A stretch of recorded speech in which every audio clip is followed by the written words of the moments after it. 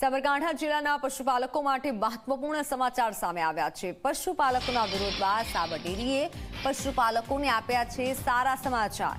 ગત વર્ષે ચૂકવાયેલ ભાવફેર જેટલો ભાવફેર ચાલુ વર્ષે આપવાની બાહેધરી આપી છે। વાઇસ ચેરમેન ઋતુરાજ પટેલ અને ડિરેક્ટર અશોકભાઈ પટેલની પશુપાલકો સાથે સમજાવટ, દૂધનો વેડફાટ ન કરવા માટે અપીલ, સાધારણ સભા મળશે તે દિવસે વધઘટનો ભાવફેર જાહેર કરી દેવામાં આવશે।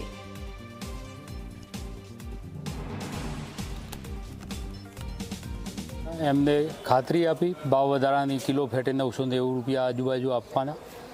બીજા નંબરમાં બીજી એક રજૂઆત એવી થઈ કે ભાઈ પશુપાલકોએ જે આ રસ્તા ઉપર દૂધ ઢોળી અને જે નુકસાન કરી રહ્યા છે, કોઈના પેટમાં જતું હોય તો બરાબર છે, બાકી એ યોગ્ય નથી।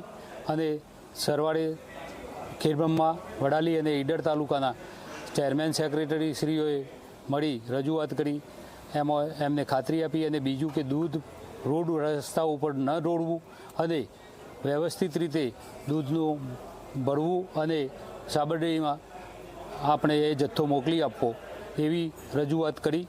તો એ લોકોએ સ્વીકારી કે અમે એની વ્યવસ્થા જાળવી રાખીશું। સાબર ડેરીના ભાવફેર મામલે દૂધના ટેન્કરો નિશાને છે।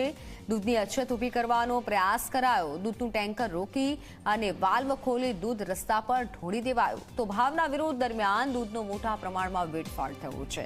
ભાવફેરને લઈને પશુપાલકો આકરા પાણીએ છે। ત્યારે આપ આ વિડીયો જુઓ કે જેમાં પશુપાલકોએ આ રીતે ટેન્કર રોકી અને ટેન્કરનું વાલ્વ ખોલી અને તેમાંથી દૂધ ઢોળવાનો પ્રયત્ન કર્યો અને દૂર સુધી આ રીતે દૂધ ઢોળાતું રહ્યું। ત્યારે પશુપાલકો હાલ આકરા પાણીએ છે। જોકે દૂધનો વેડફાટ પણ થઈ રહ્યો છે। સાબરકાંઠાના દ્રશ્યો છે। વિરોધ દરમિયાન દૂધનો મોટા પ્રમાણમાં બગાડ થયો છે।